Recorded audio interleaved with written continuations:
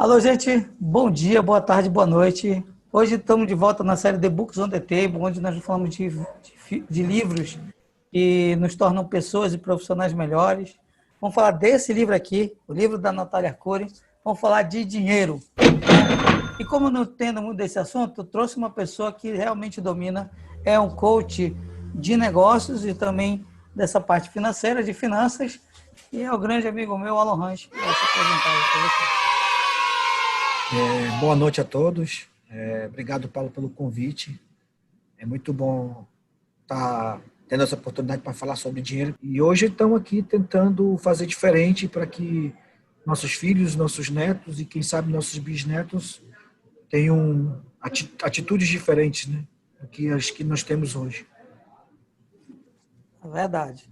Eu acredito que o que tu falou tem tudo a ver com esses primeiros capítulos do livro da Nath, né? Ela fala no início, ela usa termos como a dinheirofobia, né? É, Que é aquelas crenças que você tem, que você vai recebendo aqueles... Na infância, você vai começando a ver aqueles problemas, depois vai evoluindo para uma adolescência onde você se dá mal com o dinheiro, não sabe fazer uso corretamente dele, para uma vida adulta e assim sucessivamente. Então, o que ela fala muito é que esses hábitos que a gente tem, ou até a nossa forma de lidar com o dinheiro, ela tem muito a ver com os nossos relacionamentos com as outras pessoas, com o medo de reprovação por falar desse assunto e por essas crenças de que o dinheiro é algo do mal. Eu queria sim. falar sobre isso. É, como você falou, né? As crenças limitantes, como eu costumo falar, isso vem desde de pequeno, né? Então, quando você comunica, por exemplo, normalmente, eu costumo sempre fazer essa observação. Normalmente a gente fala um pouco sobre política, sobre futebol, sobre novela, algum assunto de tecnologia, quando as pessoas estão convergindo para isso, né? Mas dinheiro é muito complicado falar. Ninguém fica assim, olha, pô, estou devendo ali 10 mil para o banco. Ninguém fala, né? Então já começa esse bloqueio normal de só falar coisas positivas, né? As coisas negativas as pessoas têm medo de comentar e ser mal interpretadas ou ser mal julgadas, vamos dizer assim. Que tudo gira em torno do dinheiro, não tem jeito. É óbvio que se você não tem o hábito de falar, você tem muita dificuldade até de ter uma atividade que envolva dinheiro. E, como eu falei, tudo envolve dinheiro, né? Se você vai querer abrir um negócio, você tem que ter dinheiro, né? Você vai precisar fazer qualquer custo, você vai precisar de dinheiro. O que acontece no dia de hoje é que, além de a gente ter medo de falar sobre dinheiro, sobre dívidas, né? A gente não procura entender, não procura conhecer, e principalmente a gente tem um mau hábito, né? Da grande maioria da população que gasta mais do que ganha. Então, daí você tira esse. Se você não sabe o valor do dinheiro, isso aí é comum no dia de hoje. É verdade. O que você está falando aqui, ela comenta, né, em um dos seus capítulos, ela fala sobre a questão do autoconhecimento, de você saber as tuas fraquezas, né, saber Uhum.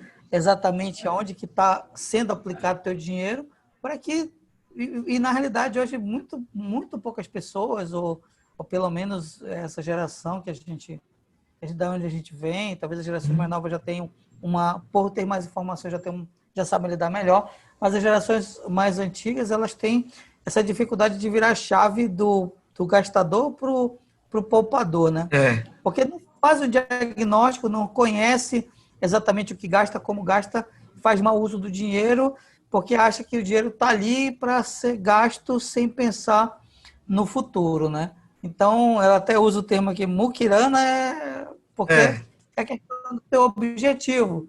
Tu sim. precisa ter objetivo para fazer os teus gastos. E aí, essa questão do diagnóstico e como tu já pode falar a respeito disso daí.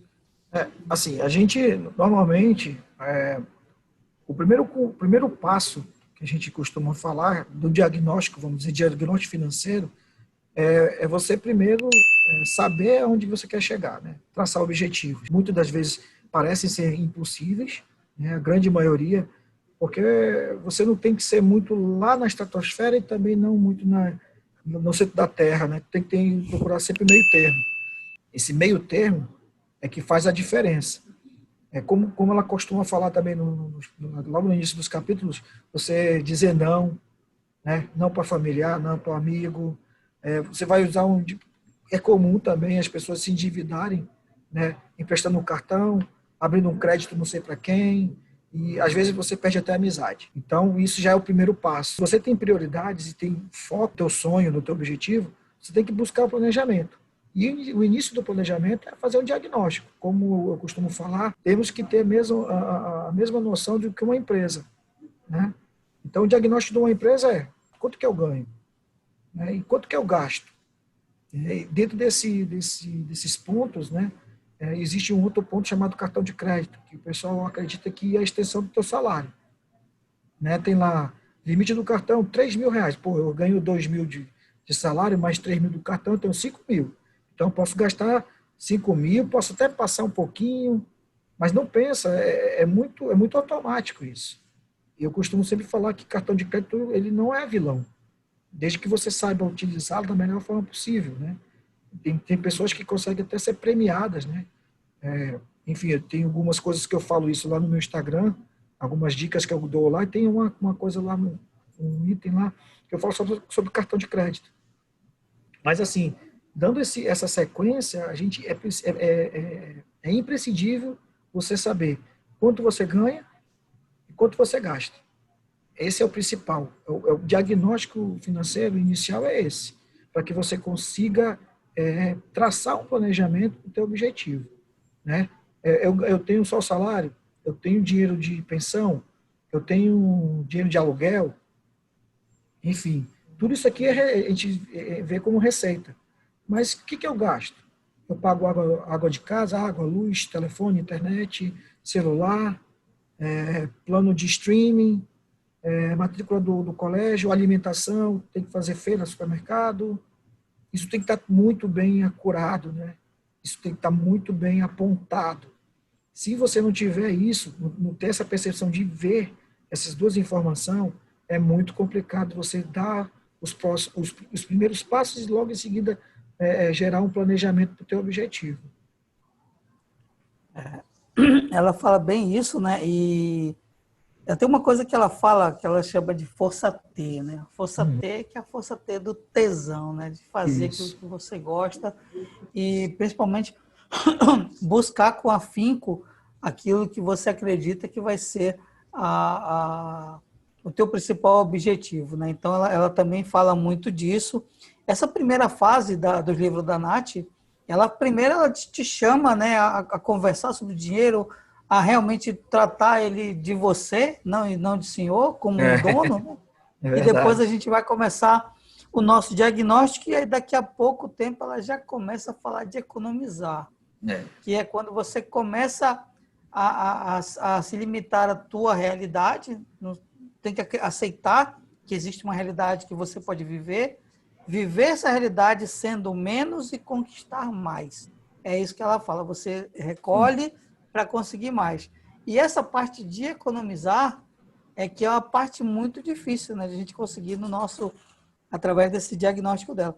O que tu acha assim que ela tem lá as suas dicas, né? Ela explica, e eu quero que as pessoas leiam esse livro, mas o Alan pode também falar um pouco daquilo que ele já tem como ferramentas, uma breve descrição. Vocês vão ter a possibilidade de ver o Alan em muitas das suas palestras, ele tem várias palestras aí, daqui a pouco vai ter o canalzinho dele no YouTube, canalzão, né? Vai ter o canal no YouTube e vocês vão ter essas dicas aí, e ele pode falar um pouco disso daí agora pra gente. Eu sempre coloco 3 fases, né? Quando você fala de finanças pessoais, principalmente.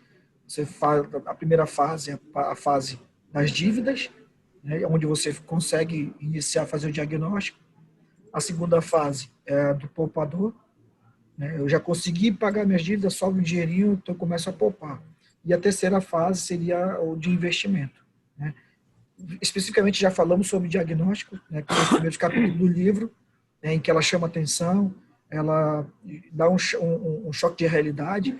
Isso eu faço também com meus clientes. Eu falo assim, olha, vai mudar um pouco a tua mentalidade sobre dinheiro e em algum momento ela vai doer. Eu digo que vai doer, né? Porque o choque de realidade é imprescindível para que as pessoas consigam entender que dinheiro é volátil. Então, se você não tem um autocontrole, né, se você não tem uma, uma preocupação sobre ele, ele vai embora, ele se esvazia e vai embora. Então, essa parte de poupar é justamente você sai do diagnóstico, eu sei quanto que eu ganho, eu sei quanto é que eu gasto e quanto que está sobrando.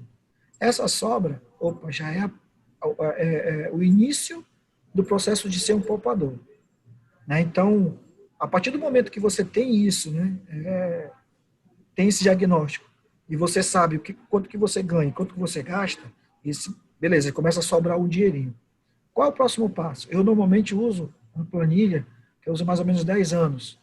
Simples, mas uma coisa que ela me dá uma visibilidade do ano todo, em que eu consigo gerenciar isso, né?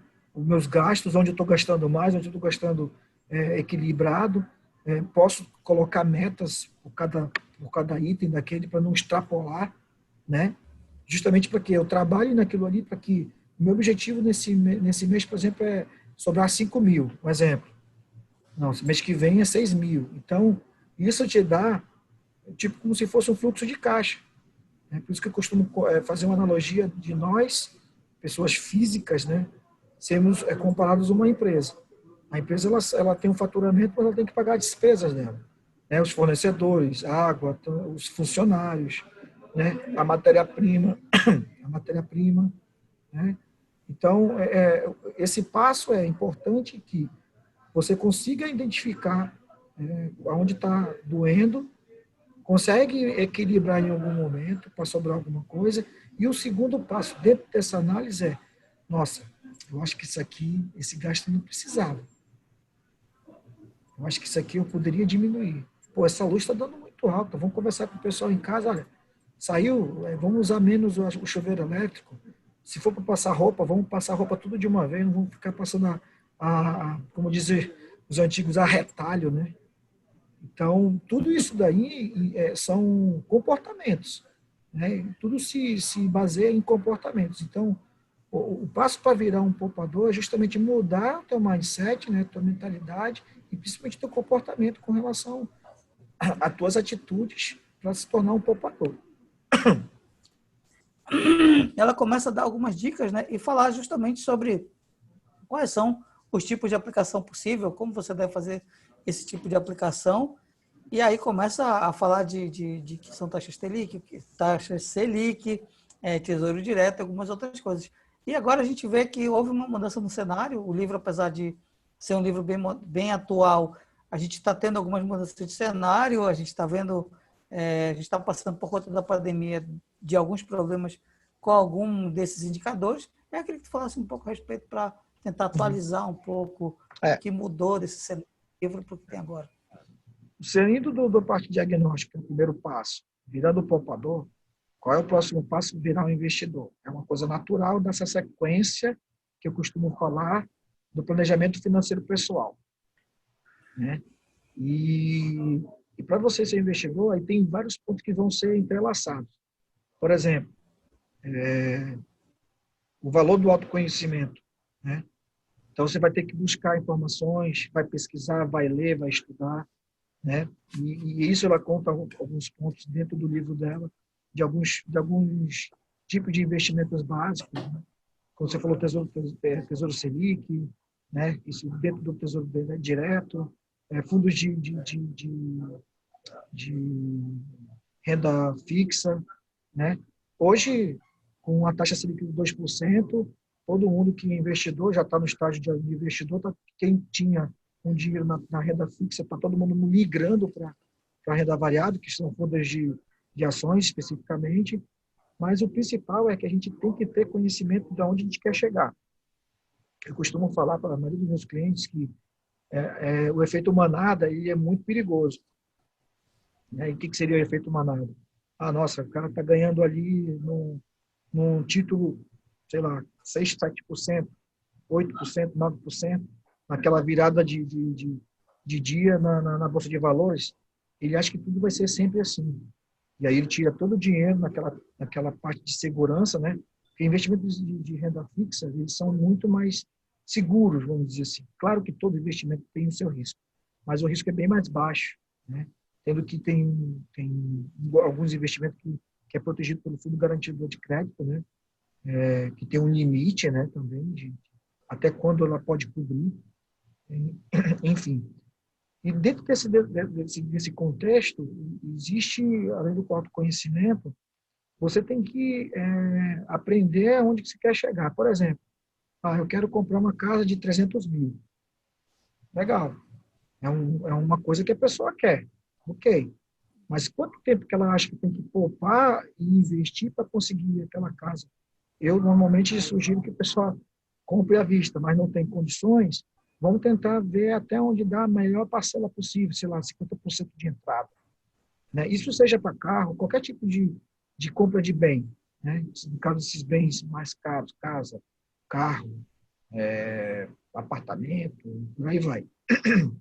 Então, você tem que ter o conhecimento, pelo menos o conhecimento básico, ou então procurar alguém que possa te ajudar, te direcionar, para que tu não fique triste, decepcionado e frustrado. Né? Eu costumo falar que a gente tem que colocar o seu dinheiro em várias cestas. Né? Então, algumas pessoas chamam de caixas. Né? Então, tem gente que coloca na renda fixa, no CDB, outro no debentures, né, que é outro tipo de investimento, e outras de renda variável, que é fundos de ações, outros colocam até em criptomoeda. Então, tem que ter esse equilíbrio. Né? E para que isso tenha esse equilíbrio, tem que conhecer cada box desse, né? Cada caixa desse que refere a investimento. A partir daí, você vai ter mais segurança de poder dar voos mais altos. Eu sempre digo que a renda fixa, normalmente a gente utiliza para reserva de emergência. Né? É uma coisa que está bem em moda devido à pandemia. Você tem uma reserva de emergência. Tanto é que muita gente ficou desempregada, teve que fazer bico, não podia sair também por causa desse contato, que não pode, que o vírus está aí ainda, mas também muitas empresas fecharam. Né? As mini-empresas, as microempresas, elas fecharam. Então, e tem pessoas até que sabiam trabalhar com reserva de emergência justamente para esses casos. Só que tem muita gente que não estava preparada para uma situação dessa. Essa que é a grande verdade. Ninguém esperava que em março, até agora, setembro, a gente ia ter uma indefinição de muita coisa. Tudo bem, hoje o comércio já está voltando ao normal, mas o perigo do contágio do vírus ele é muito, muito, muito alto ainda. E para que a gente tenha um entendimento justamente disso, é que, tendo esse equilíbrio de investimento, e normalmente eu sempre falo que a gente tem que ter uma vertente de médio a longo prazo, justamente para, de repente, pensar na frente, né? Na sua aposentadoria e, consequentemente, na sua independência financeira. Né? Em que você possa trabalhar com recebimento de dividendos, aquela lucratividade mensal, em que você consiga ter um equilíbrio que, poxa, hoje eu ganho R$5.000 e se eu conseguir uma aposentadoria de R$5.000, para mim hoje estava bom. Então, esse equilíbrio que você sai depois do diagnóstico, vai para o poupador e vira um investidor, é imprescindível para que o seu planejamento, para chegar no teu objetivo, no teu sonho, seja bem coeso. Entendeu? Então, eu acho que isso é importante, todo mundo tem uma ciência, não precisa ter medo de investir. Tem alguns, claro, dos investimentos mais um pouco mais difíceis de entender, mas eu acho que se você procurar a pessoa certa para te ajudar, você buscar também autoconhecimento, eu acho que te ajuda bastante. Alan, acho que tu falou aí de um assunto que ela trata especificamente no livro, em um dos capítulos, que é a questão da previdência privada. A gente hoje percebeu que tem uma mudança na lei em que nos torna, com um tempo de trabalho maior, mas a gente já sabe que o problema previdenciário é um problema grave e que talvez a gente não tenha tanto suporte do governo mais lá na frente, por Sim. conta da mudança da característica da população, do envelhecimento, da mudança de estágio que o Brasil está sofrendo. E esse fundo de previdência é uma coisa que as empresas mesmo elas oferecem, né? A gente que trabalhou em algumas empresas que oferecem isso sabe da diferença Uhum. que isso faz no caso da demissão, mas muitas pessoas optam por não fazer essa escolha. É um comportamento até estranho, porque as pessoas pensam que podem morrer hoje, mas esquecem de pensar de que vai que não morre, né? Tem que se É, garantir, né? Tem que é garantir. verdade. Então, apesar de ter suas limitações, talvez seja tanto a poupança como o fundo de garantia, ele é uma porta de entrada e que deveria ser levado mais em consideração, né? Eu queria que Uhum. falasse um pouco mais disso, principalmente por causa dessa questão do tempo de vida que você precisa para ter uma aposentadoria do governo. Com as regras mudando, isso não te dá a verdadeira garantia de como é que vai ser lá no futuro, né? Então, eu costumo falar que hoje eu tenho a previdência, né, da empresa, né? Então a gente trabalha em paralelo em cima disso daí, mas o que eu costumo falar é que o primeiro ponto inicial que você pode criar aquela metodologia, ou então aquela disciplina de investir, começa pela poupança e pela previdência. Eu acho que a rentabilidade é bem baixa, é verdade, mas é uma forma de iniciar com seguridade os próximos passos, até você subir de níveis, né, de entendimento de investimento. É óbvio que, como você falou em relação à Previdência, é uma coisa que é uma bolha que está muito perto de estourar, infelizmente, por vários fatores, né?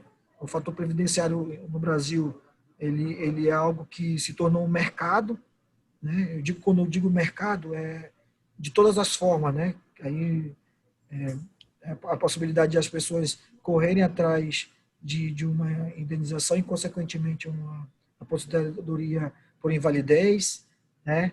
E às vezes a pessoa está apta a trabalhar.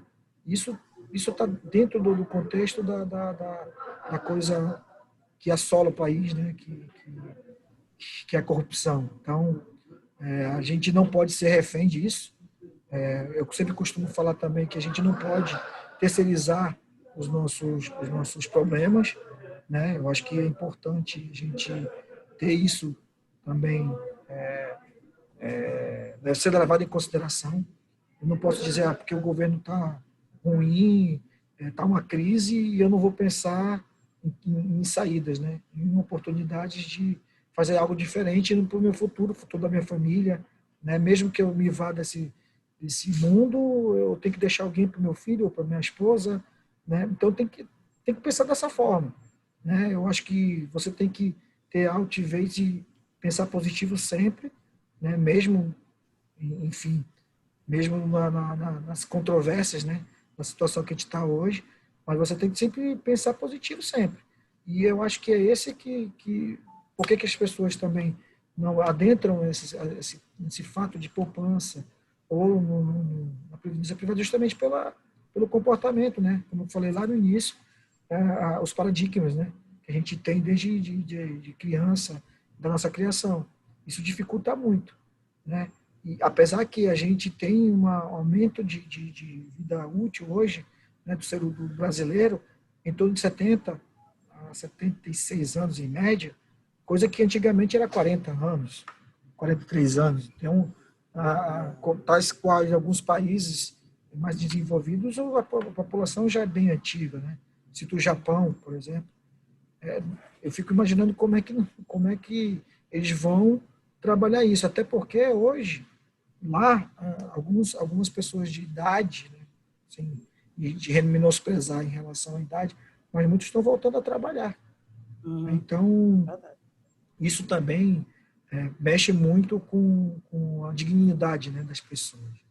Né, de a gente, olha, eu trabalhei 30 anos, eu queria me aposentar, aí você faz uma analogia, poxa, eu trabalhei tanto, tenho uma faculdade, nós, né, nos formamos, procuramos fazer um mestrado, tentar melhorar na educação, mas quando a gente vai se aposentar daqui a, sei lá, 10, 15 anos, por exemplo, a gente vai saber que a gente vai ganhar um pouco mais da metade do que a gente ganha hoje. e o cara às vezes é deputado, 2 vezes senador seguido e tem uma aposentadoria vitalícia. São regras que a gente não, são regras que existem, estão aí há muito tempo.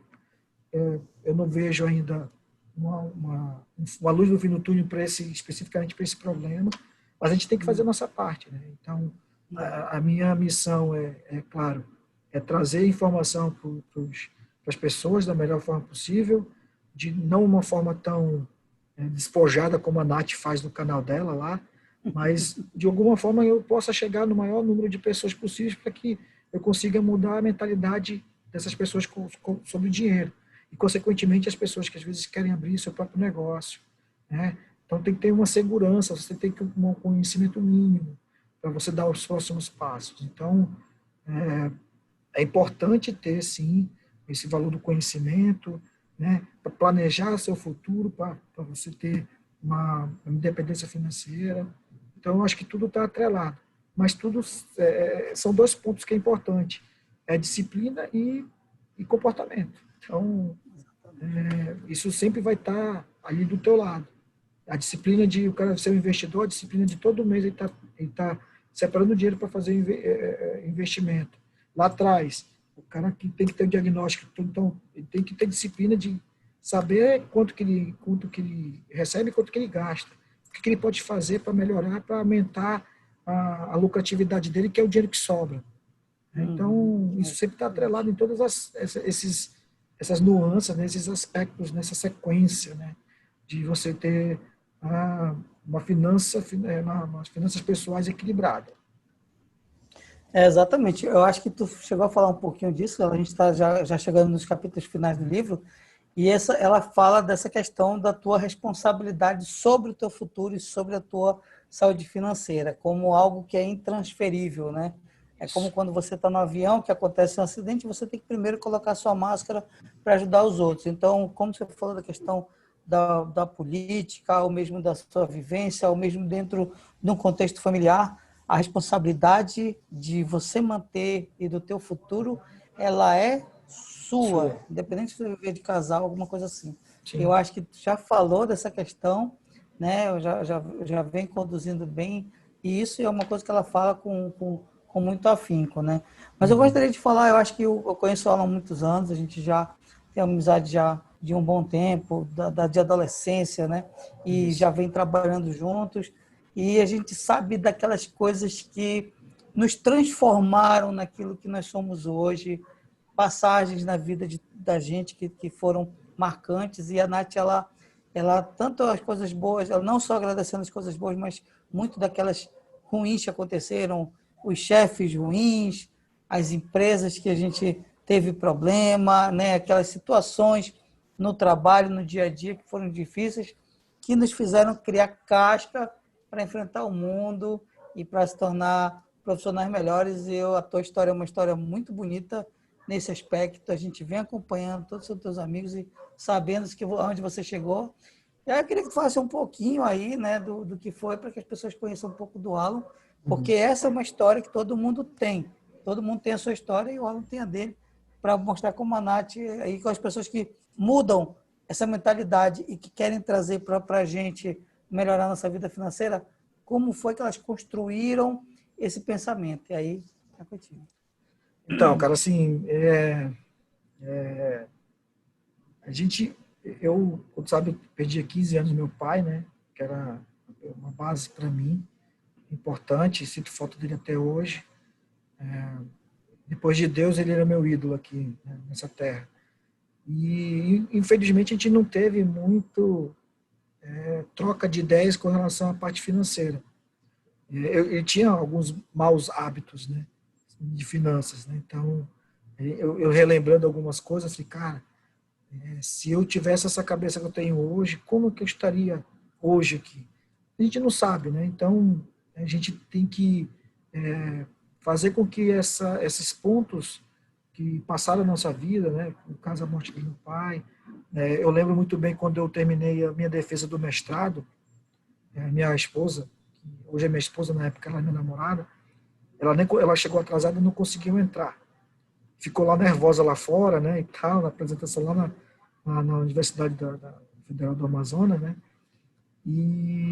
Cara, consegui me apresentar, né, no mestrado de engenharia de produção, né? Consegui tirar uma boa nota, tirei acho que 9,2, alguma coisa assim. E para mim foi uma vitória, né? Porque você me conhece, sabe que eu normalmente sou uma pessoa muito descontraída, né? Uma pessoa bem entrosada e às vezes bem comunicativa.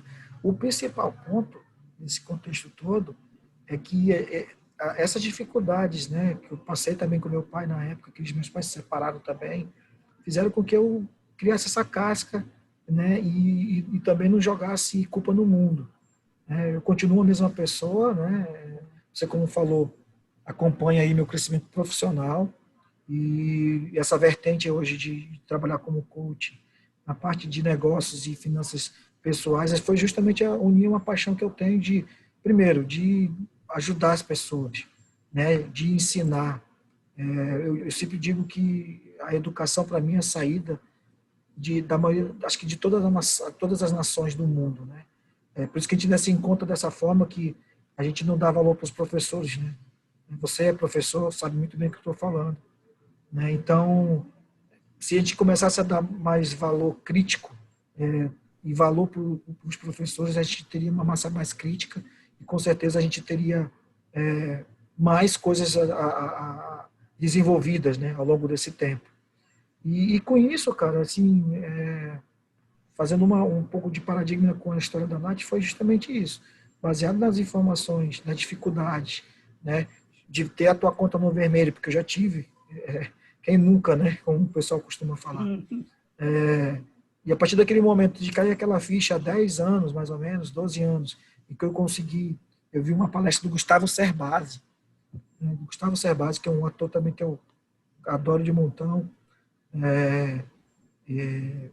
que deu aquele chave, vou montar essa planilha, montei uma planilha bem simples, depois eu montei uma melhor, mais apurada, e a partir daí eu comecei a gerenciar minhas finanças, falei, cara, eu acho que eu posso ajudar outras pessoas também.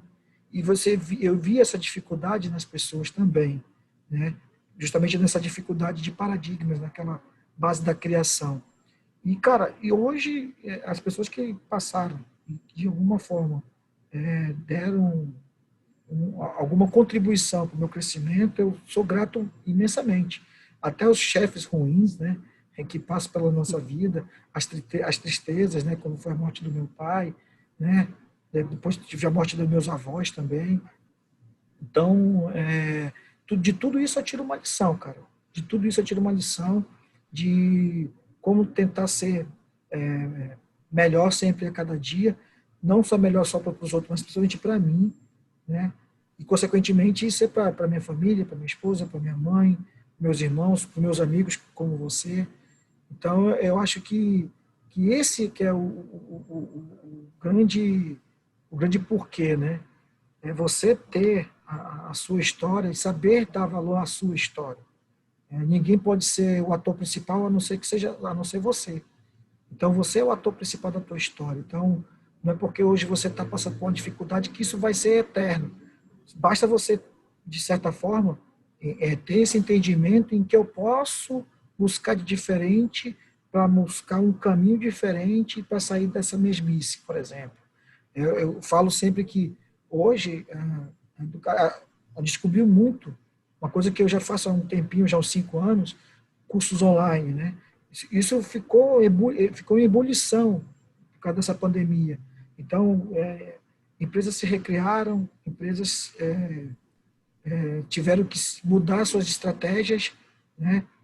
Escolas também mudaram as estratégias, pessoas,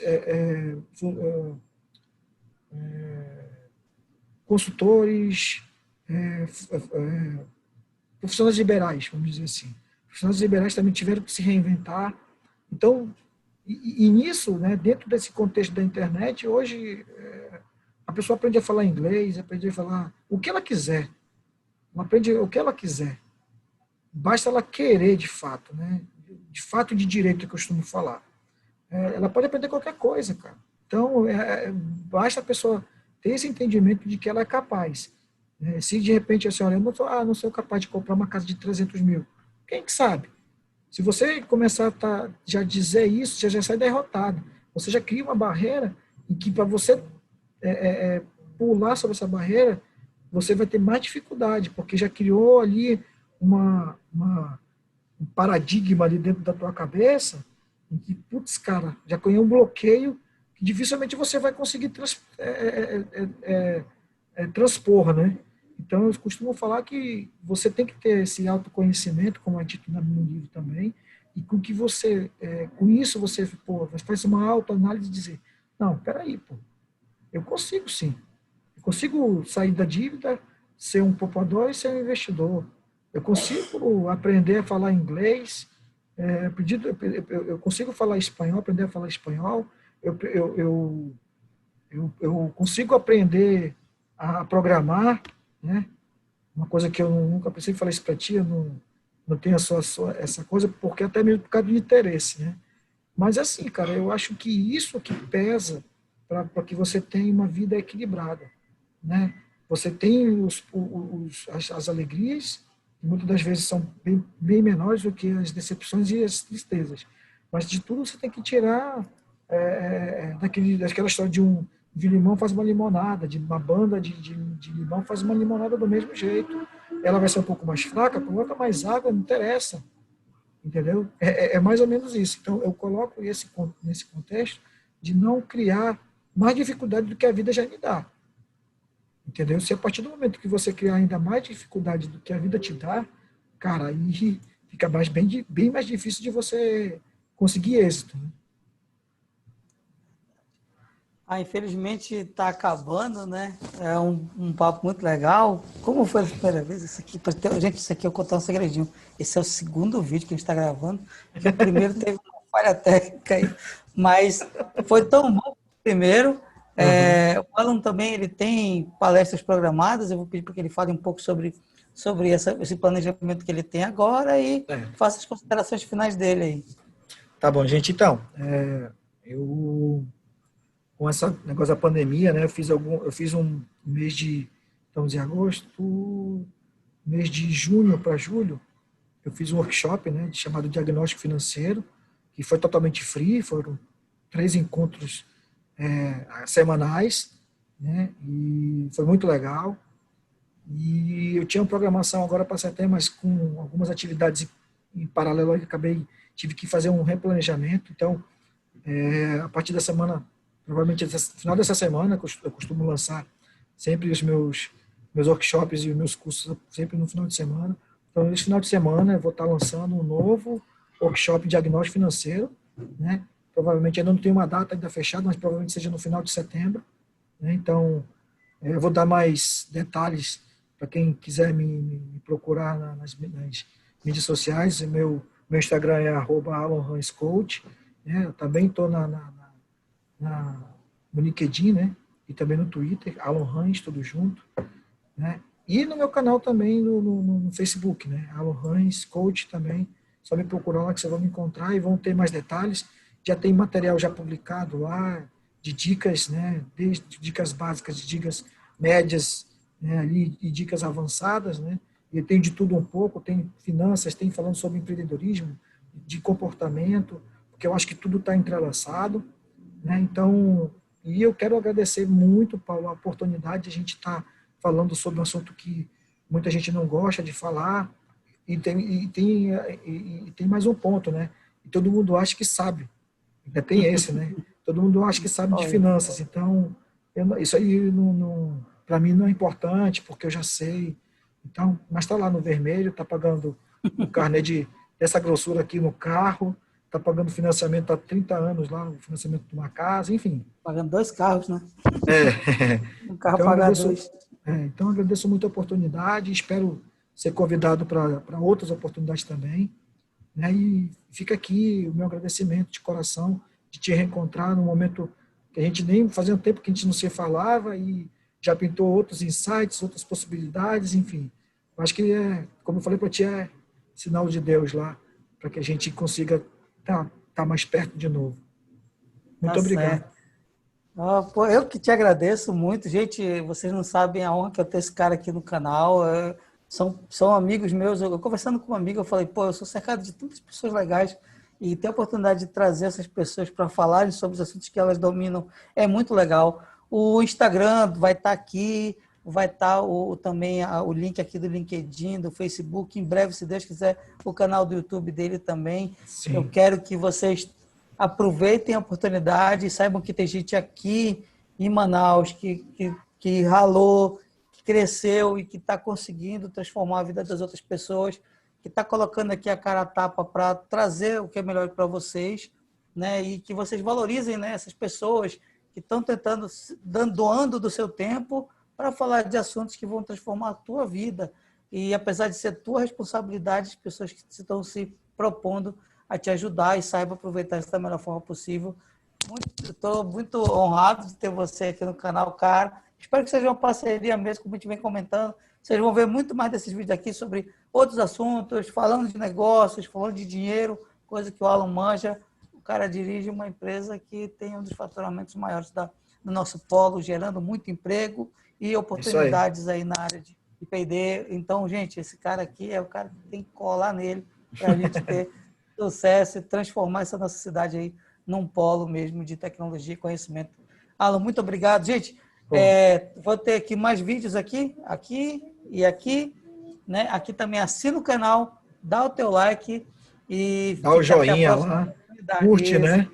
Dá o joinha, curte. curte lá. E detalhe, pode comentar também em cima do vídeo, se tiver alguma dúvida, eu vou ter acesso, né, também às perguntas e às dúvidas.